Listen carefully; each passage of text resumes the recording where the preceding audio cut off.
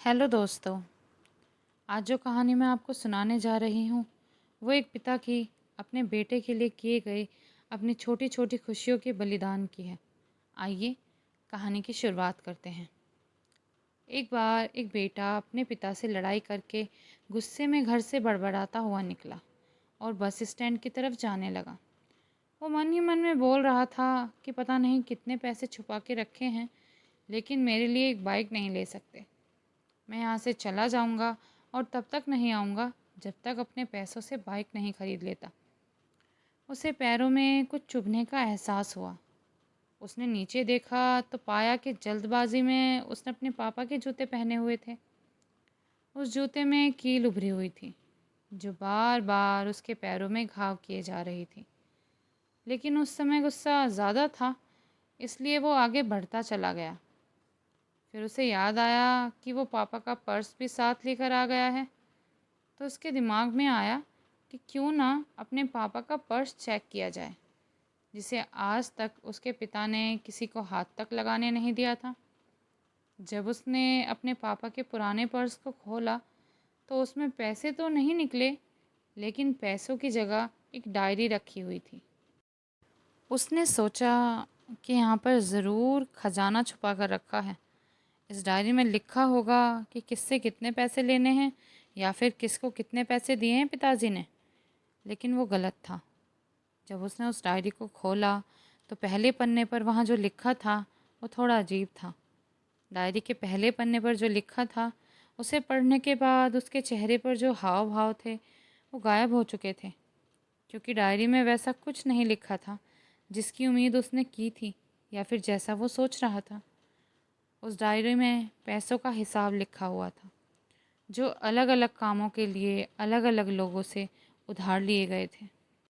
उस सूची में कंप्यूटर के लिए पैसे लिए हुए थे, जो इस प्रकार लिखे हुए थे: 50,000 बेटे के कंप्यूटर के लिए।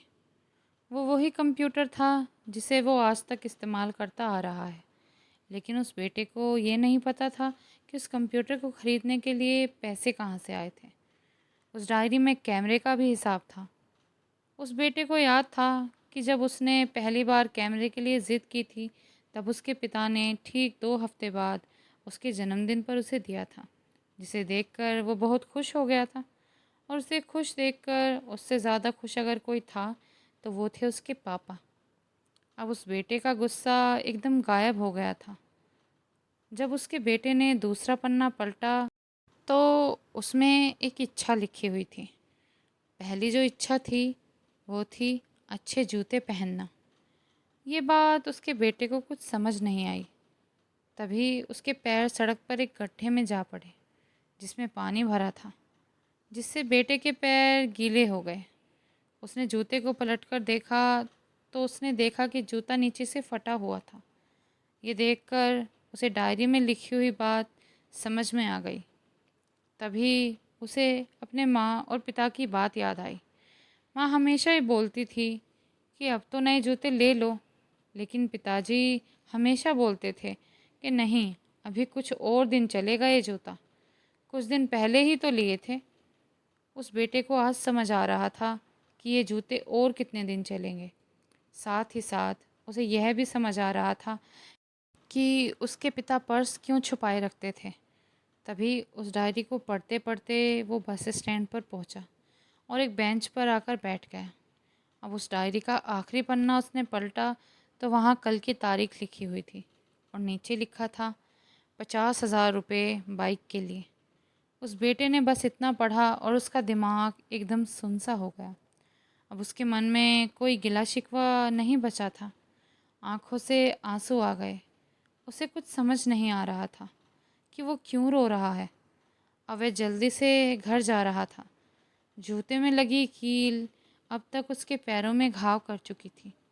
उसने तुरंत उस जूते को खोला और फेंक दिया। अब वो नंगे पैर ही दौड़े जा रहा था और घर पहुंचा, लेकिन उसके पिता उसे घर पर नहीं मिले। उसे समझ आ गया था कि उसके पिता कहाँ गए होंगे। वो सीधा बाज़ार की ओर भागा और पता नहीं उसमें इतनी ताकत कहाँ से आ गई थी कि वो भागते हुए थक नहीं रहा था। वहाँ उस बाइक वाले की दुकान पर पहुँचा। उसके पिता वहीं थे। उसने अपने पिता को दौड़कर गले लगा लिया। उसकी आंखों से आंसू रुकने का नाम नहीं ले रहे थे। उसके पिता समझ नहीं पा रहे थे कि क्या हो रहा है। उसने पिता से कहा, पापा, मुझे बाइक नहीं चाहिए, आप अपने लिए जूते ले लीजिए। अब आज से मैं जो कुछ भी करूँगा वो अपने दम पर करूँगा, अपनी मेहनत से करूँगा। तो दोस्तों, माँ बाप अपने बच्चों के लिए अपनी छोटी छोटी खुशियों का बलिदान यूं ही कर देते हैं ताकि उनके बच्चों को कभी किसी चीज़ की कमी ना महसूस हो। लेकिन बच्चे अपने माँ बाप की मजबूरियों को नहीं समझते हैं और सोचते हैं कि शायद उनके माँ बाप उनसे प्यार नहीं करते। लेकिन हमें ऐसा नहीं करना चाहिए। हमें अपने माँ बाप की मजबूरी को भी समझना चाहिए। तो दोस्तों, अगर आज की कहानी आपको अच्छी लगी हो तो प्लीज़ इस वीडियो को लाइक करें और मेरे चैनल को सब्सक्राइब करें। धन्यवाद।